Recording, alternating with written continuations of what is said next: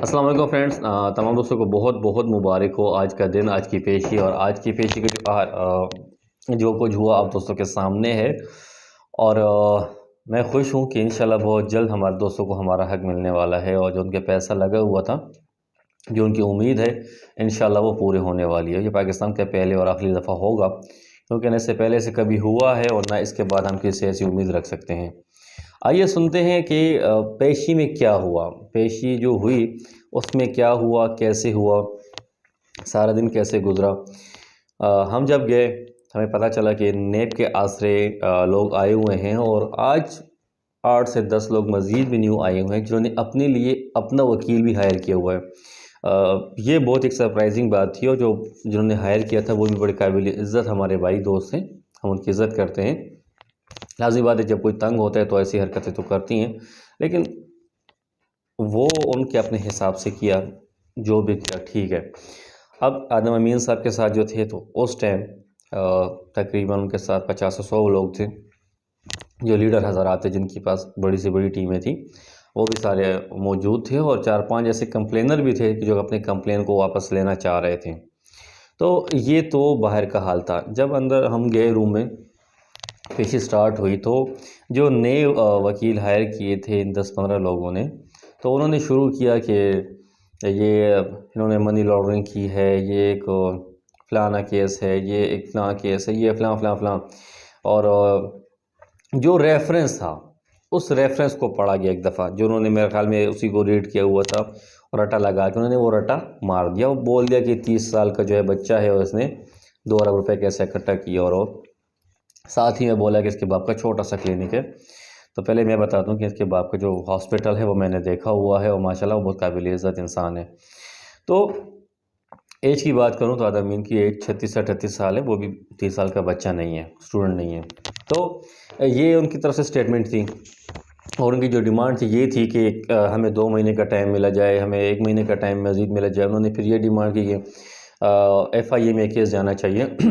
ये उसकी समरी थी जो नेब की तरफ से, सॉरी, ये जो 10-15 लोगों की तरफ से जो वकील हायर हुआ था। जो हमारा वकील था आल पाकिस्तान प्रोजेक्ट का, उन्होंने बोला कि ये जो बातें कर रहे तो ऑलरेडी रेफरेंस में है, ये चीज़ें हमें बताई गई हैं और ये कोई भी ना मनी लॉन्ड्रिंग साबित हुई है, ना ही ये केस जो है नेब के दायरे इख्तियार में रहा है। यहाँ पे जो केस है वो है अकाउंट अनफ्रीजिंग का, इस पे बात की जाए। तो फिर उन्होंने बोला, जो ये नए वकील साहब आए थे, उन्होंने फरमाया कि ये केस जो है ये FIA को जाना चाहिए और अकाउंट को अनफ्रीज नहीं करना चाहिए। तो जज साहब के जो अल्फाज थे वो ये थे, क्या आप लोगों ने FIA को रुजू किया? क्या नेब ने FIA को रुजू किया? क्या ये केस FIA को ट्रांसफ़र हुआ? क्योंकि केस को ख़त्म हुए 3 महीने हो चुके हैं नेब के दायरे इख्तियार से ख़त्म होने के। तो उनका जवाब था नहीं। फिर हमारे जो वकील साहब थे उन्होंने बोला कि जब ये केस नेब के दायरे इख्तियार से ख़त्म हुआ तो हमने एक पिटीशन दायर की कि हमारे अकाउंट को अनफ्रीज़ किया जाए। तो वहाँ पे आपने फिर हमें बताया 2 से 3 पेजों में कि आप नेब के पास जाएं, एप्लीकेशन दें, ताकि उसका अगर कोई फ़ैसला आते तो ठीक, नहीं तो फिर हम इस पर एक्शन लेंगे। हमने नेब को एप्लीकेशन दी और नेब की तरफ से कोई भी ऐसा कोई एक्शन नहीं आया और हमें इग्नोर किया गया। तब जाके हमने दोबारा पिटीशन दायर की और उसके में भी काफ़ी पेशें हो चुकी हैं और हम अपना ये चाहते हैं कि अकाउंट अनफ्रीज़ हो कि हम इन लोगों का हक दें और मज़ीद मार्केट में काम करें। इसमें जो नए वकील साहब आए थे उन्होंने बोला था कि तो फिर से मार्केट से पैसा उठाएंगे, ये फिर फ्रॉड करेंगे, ये फिर प्लान करेंगे, इनके अकाउंट अनफ्रीज़ नहीं होने चाहिए। तो ये जो सूरत हाल थी, फिर इसका इनको ये जवाब मिला कि अगर एक केस नेब के दायरे इख्तियार में नहीं है तो इसका मतलब है कि आपके जो कंप्लेनर हैं उनकी भी कोई वैल्यू नहीं है, चाहे वो 26 हो, चाहे वो 105 हो, चाहे वो 150 हो, उनकी वैल्यू नहीं है, क्योंकि रेफरेंस ख़त्म हो गया। लॉजिकल सी बात है कि आपका एक पेपर है कहीं पे और वो पेपर कैंसिल हो जाए, चाहे आपके उसमें कितना अच्छा पेपर क्यों ना दिया हो, लेकिन जब पेपर कैंसिल हो गया वो दोबारा होगा या जो भी तरतीब होगा। यहाँ पे भी जब आपका रेफरेंस कैंसिल हो चुका है, रेफरेंस आपका ख़त्म हो चुका है, तो इसमें कंप्लेनर की भी जो वैल्यू है वो ख़त्म हो चुकी है। अब रेफरेंस जो है वो उनके पास जो कंप्लेनर हैं उनके पास दो ही रास्ते हैं, या आदम अमीन के साथ सेटलमेंट करें, या फिर एफआई में एप्लीकेशन दें, या फिर जो है तो थाने में एप्लीकेशन दें। लेकिन इन एप्लीकेशन की वजह से अकाउंट को हम अनफ्रीज या डीफ्रीज नहीं रख सकते। अगर ऐसा कोई कानून है तो अगली पेशी में जो 20 तारीख है उसमें अटॉर्नी जनरल और आईजी एफआईए को आप लाएं और हमें बताएं कि ऐसा कौन सा कानून है जिसकी वजह से हम इसको मज़ीद फ्रीज रख सकते हैं। तो ये जो था ये एक समरी थी, और मैं अल्लाह से उम्मीद करता हूँ कि अगली जो पेशी है इंशाल्लाह इसमें जो है अकाउंट जो है वो अनफ्रीज हो जाएंगे। साथ ही में मैं ये भी बोलूँगा कि आज काफ़ी दोस्त ऐसे थे जिनको बताया गया था कि आज जो केस है वो नेब जीतने वाली है और आपको पैसे भी आज मिलने वाले हैं। लोग बहुत पुरुमीद थे और लोगों को काफ़ी चीज़ें बताई गई। मैं यही कहूँगा कि अना परस्ती, कुछ लोग ऐसे होते हैं वो अना परस्त होते हैं, वो अपनी अना परस्ती में बहुत सारे लोगों का नुकसान करते हैं, अपने मफाद में बहुत सारे लोगों का नुकसान करते हैं। तो यार अपनी अना परस्ती में ना आएँ और हर चीज़ को गौर व फिक्र से करें। जैसे कि जब हेयरिंग हुई, सारे मामलात हुए, हम वहाँ से निकले, फिर हम गए ऑफिस में बैठे आदम अमीन साहब के साथ, तो हमने काफ़ी चीज़ें डिस्कस की और बहुत ही एक सिंपल अल्फाज थे जो मेरे खुद के थे। मैंने कहा देखें, पेमेंट तो देनी है। जो कंप्लेनर है चाहे वो कंप्लेन करें ना करें, उनको पेमेंट उनको देनी है।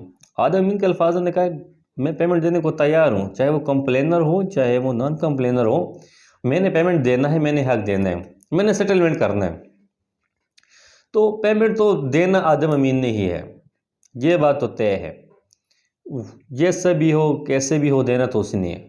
तो यार कोई सेटलमेंट बंदा करता है, कोई रास्ता बंदा बनाता है। अभी भी आप लोगों के पास टाइम है, जो मेरे भाई दोस्त हैं, आप बैठो आदम अमीन साहब के साथ, आप एक रास्ता बनाओ और इस मसले को हल करो।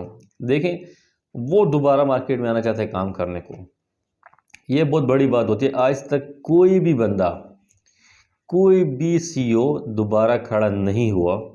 ये जो खड़ा हो रहा है ये पहला और आखिरी बंदा होगा। इतना हिम्मत किसी में नहीं जितनी कि इस बंदे में है। तो मैं यही कहूँगा कि अगली पेशी का भी वेट करें और एक दफ़ा खुद सोचें, पूरे केस को सोचें।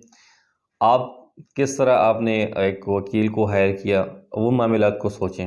आपने कितने चक्कर नेब के लगाए, कितने हाई कोर्ट के लगाए, कितने आपने टेंशनें ली, कितना कुछ आपका पैसे मज़ीद लगे। तो ये सारी चीज़ें आप एक दफ़ा सोच लें कि आपने क्या किया और मज़ीद आप क्या कर रहे हो, तब जाके आपको थोड़ा एहसास होगा कि आप किस जगह खड़े हो। मैं ज़्यादा आपको किस चीज़ पे कन्विंस नहीं कर रहा, मैं सिर्फ यही कहूँगा कि एक दफ़ा आप खुद सोच लें और अगली जो पेशी है इस पे भी देखेंगे आप कि इंशाल्लाह जो जीत होगी वो ऑल पाकिस्तान प्रोजेक्ट की होगी, और उसके बाद दोबारा से हमारे जो इन्वेस्टर्स हैं वो खड़े होंगे और दोबारा से उनको अपना हक मिलेगा। और जो हालात चल रहे हैं पाकिस्तान के इस टाइम, पैसे की वैल्यू ख़त्म हो रही है, बेरोज़गारी बढ़ रही है, बिजनेसेस डाउन है, मार्केट की जो कंडीशन है इसमें अपॉर्चुनिटी ढूंढना, इसमें पैसा लगाना, लोग हर जगह पैसा नहीं लगा रहे। इस तरह लोगों को जब ये अपॉर्चुनिटी मिलेगी कि एक शख्स था जिस पे काम चलते चलते केस बनाया गया, उसके अकाउंट को बंद किया गया, उसको जेल मिला और उसके बाद वो जेल से निकला, केस को जीता और उसने लोगों को पेमेंट भी की, दोबारा उसने बिज़नेस स्टार्ट किया और मार्केट में रहा। तो ऐसी सक्सेस स्टोरीज़ के बाद क्या होगा कि लोग दोबारा इस शख्स के साथ खड़े होंगे, क्योंकि यहाँ पे एक तस्वर ख़त्म हो जाएगा गारंटी का, भागने का, लॉस का। तो इंशाल्लाह मैं अल्लाह से यही उम्मीद करूँगा, जो हमारे ख़यालात हैं, जो हमारी उम्मीदें हैं, जो हमारे तस्वर है, ऐसा ही हो और ऐसा इंशाल्लाह होगा भी। और जो मेरे भाई कंप्लेनर है, मैं उनके दुख में बराबर का शरीक हूँ कि आज उनके वो कहते हैं ना जज्बात होते हैं, एक उम्मीद होती है, उनके हिसाब से कोई फ़ैसला नहीं आया और उनके जो कंप्लेन की जो एनर्जी थी और जो उन्होंने स्टेटस लगा के या वीडियोस बना के या मतलब जो एनर्जी उन्होंने लगाई वो सारी की सारी ज़ाया हो गई। अब वो मज़ीद एनर्जी के लिए लगा रहे हैं कि एफआई में एप्लीकेशन दे दें या थाने में एप्लीकेशन दे दें। और जबकि मेरे पास ऐसे कुछ दोस्त थे जो कंप्लेनर ने कहा यार जमाल भाई इन्होंने क्या किया, हमें यूज़ किया अपनी अना परस्ती में, इधर भी एप्लीकेशन हम भी दे दी, अब कह रहे हैं कि FIA में दो, थाने में दो। यार हमें तो पैसों से मतलब, इतने तो हमारे पैसे नहीं है जितने हमसे लग रहे हैं, हमारे किरायों पे ट्रेवल पे लग रहे हैं, ये तो उल्टा हमसे लग रहा है। मैंने कहा यार कोई मसला नहीं है, आपको अभी भी अगर अक्ल आ गया है तो ये बहुत बड़ी बात है।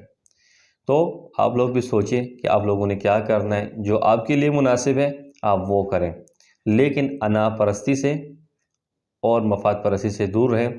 हक परस्त बनिए, अपना हक किसी को ना छोड़िए, लेकिन अना परस्ती और मफाद परस्ती से दूर रहिए। वसलाम दोस्तों, मिलेंगे अगली वीडियो में।